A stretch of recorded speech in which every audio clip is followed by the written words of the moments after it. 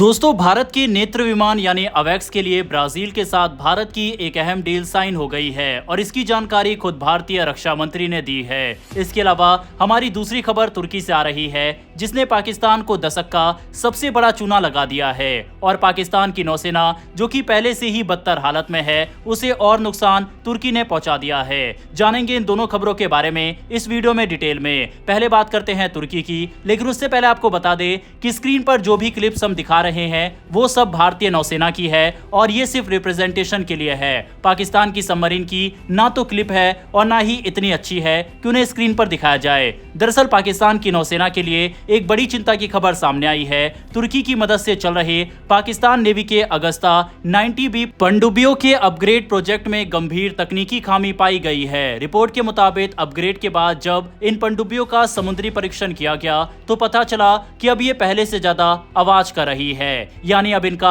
शोर स्तर बढ़ गया है, जिससे इन्हें भारतीय नौसेना की एडवांस एंटी सबमरीन वारफेयर तकनीक से आसानी से पकड़ा जा सकता है। ये गलती पाकिस्तान के लिए बहुत महंगी साबित हो सकती है, क्योंकि उसकी पूरी समुद्री रणनीति इस पर ही निर्भर करती है कि उसकी पनडुब्बियां दुश्मन की निगाहों से बची रहे। पाकिस्तान के पास कुल 3 अगस्ता 90B पनडुब्बियां है। PNS हमजा, PNS साद और PNS खालिद ये फ्रांस में बनी थी और पाकिस्तान की नौसेना की रीढ़ मानी जाती है। इन्हीं के जरिए पाकिस्तान किसी युद्ध की स्थिति में भारत की समुद्री सप्लाई को रोकने की योजना रखता है। साल 2018 में पाकिस्तान ने इन पनडुब्बियों को आधुनिक बनाने के लिए तुर्की की 2 कंपनियां STM और असेलसन को कॉन्ट्रैक्ट दिया था। इस अपग्रेड में नए सेंसर, 72 लड़ाकू सिस्टम और टॉर्पीडो से बचाव के लिए जारगाना सिस्टम लगाया गया था। लेकिन अब जो नतीजे आए हैं उन्होंने पाकिस्तान की उम्मीदों पर पानी फेर दिया है। अपग्रेड के बाद ये पनडुब्बियां और ज्यादा शोर करने लगी, जिससे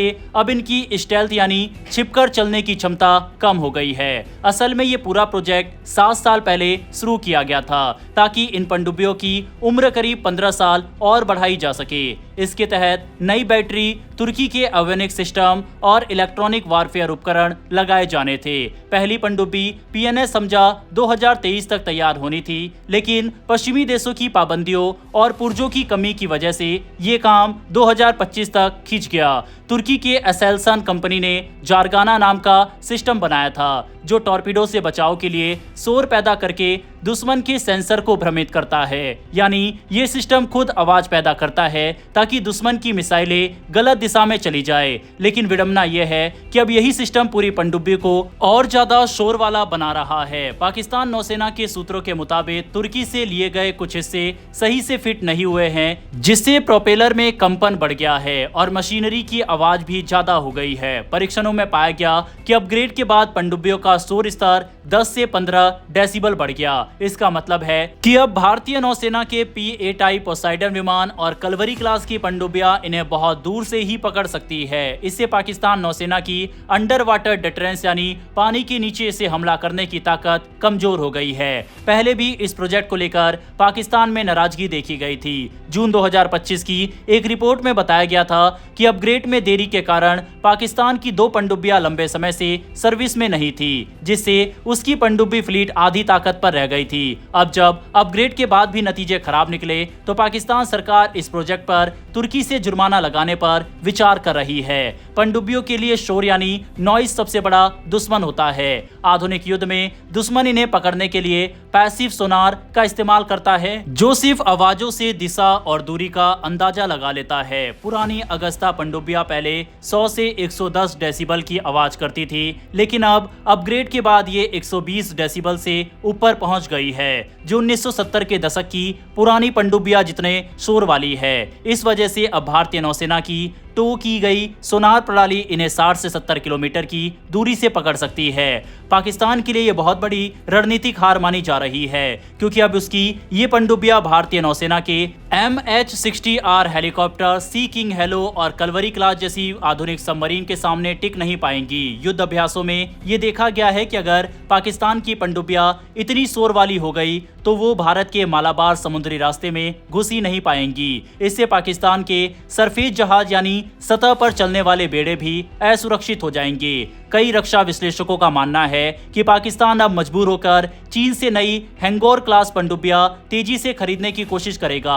हालांकि यह सौदा उससे पहले से कमजोर बजट पर और दबाव डालेगा। तुर्की के मिलजेम जहाज थोड़ी राहत देते हैं, लेकिन पनडुब्बियों की यह समस्या पाकिस्तान की नौसैनिक ताकत में बड़ी कमजोरी दिखा रही है, जो कि भारत के लिए अच्छी बात है, क्योंकि हमारे पास स्कॉर्पियन और कलवरी क्लास पनडुब्बियां जो एयर इंडिपेंडेंट प्रोपल्सन सिस्टम से लैस है, पाकिस्तान की किसी भी पनडुब्बी से ज्यादा शांत और आधुनिक है। इससे भारत को समुद्र में एक बड़ा रणनीतिक फायदा मिल गया है। वहीं भारत आगे भी चलकर कई AIP तकनीक से लैस पनडुब्बियों को अपनी सेना में शामिल कर रहा है। इसके अलावा भारत के पास परमाणु पनडुब्बियां K5 जैसी मिसाइलों से लैस हैं। बहरहाल बढ़ते हमारी अगली खबर की तरफ। भारत और ब्राजील के बीच रक्षा सहयोग में एक और अहम कदम बढ़ा है। ब्राजील के रक्षा मंत्री ने हाल ही में यह घोषणा की है कि भारत को 6 और एम्ब्रियर EMB-145 विमान देने को लेकर बातचीत काफी आगे बढ़ चुकी है। इन विमानों को भारत DRDO के नेत्र कार्यक्रम के तहत अवैक्स यानी airborne early warning and control system में बदलने वाला है। यानी ये विमान हवा में उड़ते हुए दुश्मन की हर गतिविधि पर नजर रखेंगे और भारतीय वायुसेना की निगरानी व कमांड क्षमता को कई गुना बढ़ा देंगे। ब्राजील की कंपनी एम्ब्रियर ने पहले भी भारत को ये विमान दिए थे, जिन्हें DRDO ने नेत्र सिस्टम में बदला था। अब चूंकि EMB-145 का प्रोडक्शन बंद हो चुका है, इसीलिए इस बार एम्ब्रियर भारत को सेकेंड हैंड विमान दिलाने में मदद करेगी। ये विमान दुनिया के अलग अलग ऑपरेटरों के लिए जाएंगे, ताकि भारत को नए एयरफ्रेम की जरूरत ना पड़े और काम जल्दी शुरू हो सके। दिलचस्प बात यह है कि भारत और ब्राजील के बीच यह सौदा कैश ट्रांजैक्शन की जगह एक बार्टर डील के रूप में भी किया जा सकता है। यानी भारत और ब्राजील एक दूसरे को रक्षा प्लेटफॉर्म या टेक्नोलॉजी के रूप में कुछ एक्सचेंज कर सकते हैं। इस बीच ब्राजील अपने KC-390 मिलेनियम ट्रांसपोर्ट एयरक्राफ्ट को भी भारत को बेचने की कोशिश कर रहा है, ताकि भारत अपने पुराने IL-76 ट्रांसपोर्ट प्लेन्स को बदल सके। मार्च 2025 में भारत की डिफेंस एक्विजिशन काउंसिल ने 6 नए नेत्र मार्क 1A विमान खरीदने की मंजूरी दी थी। इसका उद्देश्य है कि भारतीय वायुसेना की निगरानी क्षमता को 3 से बढ़ाकर 9 विमान कर दिया जाए। ये विमान भारत की सीमाओं से लेकर हिंद महासागर क्षेत्र तक 24 घंटे निगरानी करने में सक्षम होंगे। नए नेत्र मार्क 1A पुराने वर्जन मार्क 1 की तुलना में कहीं ज्यादा एडवांस होंगे। इनमें जो सबसे बड़ी तकनीकी अपग्रेड की जा रही है वह है गैलियम निट्राइड तकनीक पर आधारित नया आइसा रडार। पहले वाला रडार गैलियम आर्सेनाइड तकनीक पर थे, लेकिन अब जैन तकनीक से रडार की शक्ति, रेंज और गर्मी झेलने की क्षमता तीनों में सुधार होगा। DRDO के सेंटर फॉर एयरबॉर्न सिस्टम द्वारा विकसित ये रडार लगभग 450 किलोमीटर की दूरी तक किसी भी लक्ष्य को पहुंचाने में सक्षम होंगे। पहले के नेत्र मार्क 1 की रेंज 300 किलोमीटर से थोड़ी अधिक थी।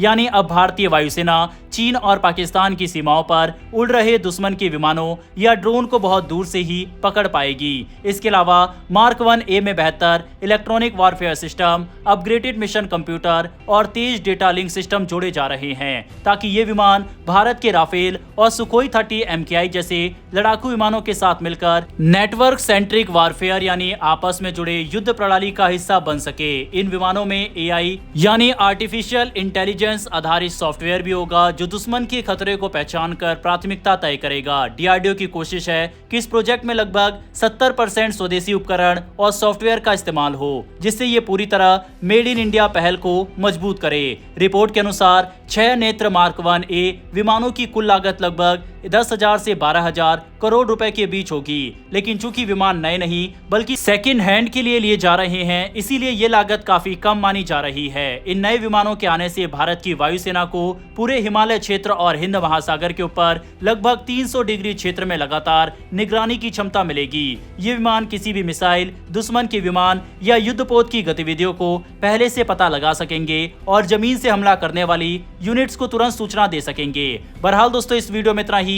दोनों खबरों पर अपनी राय कमेंट बॉक्स में लिखकर बताइएगा। फिलहाल इस वीडियो में इतना ही, फिर मिलेंगे ऐसी एक नई वीडियो के साथ। धन्यवाद। जय हिंद, जय भारत।